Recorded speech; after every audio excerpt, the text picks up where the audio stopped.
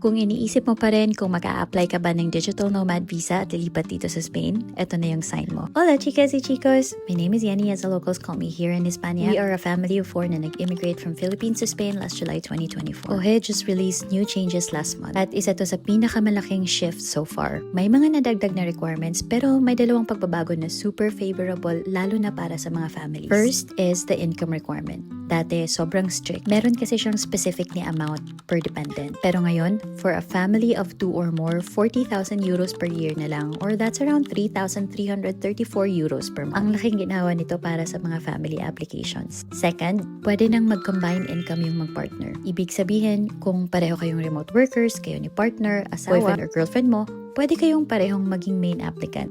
That means pareho kayong magpaparehistro dito sa Spain as self-employed at magbabayad ng tax. Pero reminder na isa sa inyo ay kailangan mag-declare ng minimum income na 2,849 per month and magbayad ng tax and social security based on that declared income. This is a very good change lalo na para sa mga pamilyang nangangarap na tumira dito sa Spain. I do feel that they are leaning towards more considerability instead of a very strict income requirement. So kung naghihintay ka ng sign, eto na talaga yun. Kasi baka magbago na naman yung requirements next year. So kita-kits tayo dito ha. Adios and hasta luego!